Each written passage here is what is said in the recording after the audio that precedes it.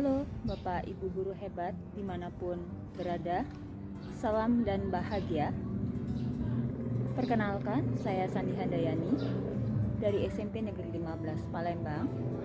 Di video kali ini, saya akan berbagi tentang asesmen diagnostik. Asesmen diagnostik adalah penilaian yang bertujuan untuk mendiagnosis kemampuan dasar siswa dan mengetahui kondisi awal dari siswa. Asesmen diagnostik dilakukan di awal kegiatan belajar sebagai upaya untuk melihat kompetensi dan memonitor perkembangan belajar siswa.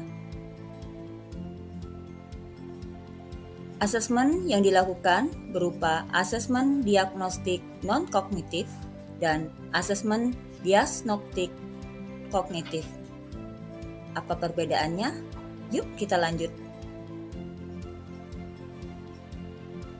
Asesmen diagnostik non-kognitif di awal pembelajaran dilakukan untuk menggali hal-hal sebagai berikut: kesejahteraan, psikologis dan sosial emosi dari siswa, aktivitas siswa selama belajar di rumah, kondisi keluarga dan pergaulan siswa, serta gaya belajar, karakter, serta minat dari siswa.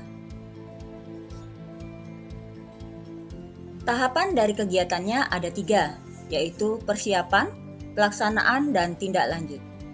Pada tahap persiapan, kita dapat menyiapkan alat bantu berupa gambar-gambar yang mewakili emosi dengan membuat pertanyaan seperti apa yang sedang kamu rasakan saat ini, atau bagaimana perasaanmu saat belajar di rumah. Selanjutnya, di tahap pelaksanaan, kita dapat membuat daftar pertanyaan kunci mengenai aktivitas siswa, seperti apa saja kegiatanmu selama belajar di rumah, apa hal yang paling menyenangkan dan tidak menyenangkan ketika kamu belajar di rumah, atau apa harapanmu.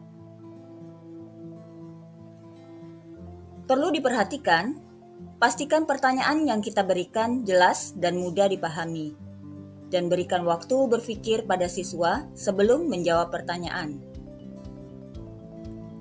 Terakhir, di tahap tindak lanjut, dari informasi yang didapatkan, kita dapat membuat deskripsi pada masing-masing siswa dengan cara mengidentifikasi siswa dengan ekspresi emosi negatif dan mengajaknya berdiskusi 4 mata, lalu menentukan tindak lanjut dan mengkomunikasikan dengan siswa serta orang tua bila diperlukan.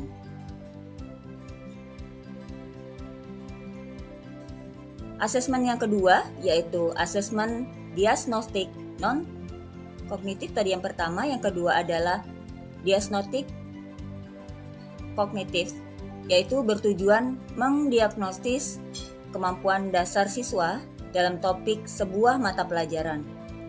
Asesmen ini bisa berupa asesmen formatif ataupun asesmen sumatif.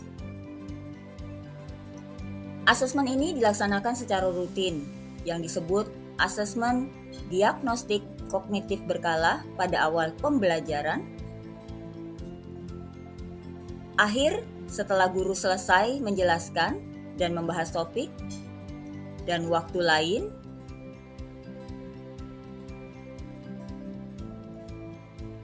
Tahapan dari asesmen kognitif ada 3, yaitu persiapan, pelaksanaan, diagnostik, dan tindak lanjut. Pada tahap persiapan dan pelaksanaan, kita dapat menentukan jadwal pelaksanaan asesmen, lalu mengidentifikasi materi asesmen berdasarkan penyederhanaan kompetensi dasar yang disediakan oleh Kemendikbudristek.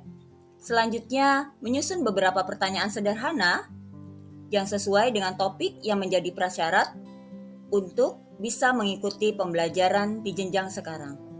Kemudian, di tahap tindak lanjut, langkah yang dilakukan yang pertama melakukan pengolahan hasil asesmen dengan membuat skala penilaian, yaitu dengan kategori paham utuh, paham sebagian, dan tidak paham, dan menghitung rata-rata kelas yang didapatkan oleh siswa.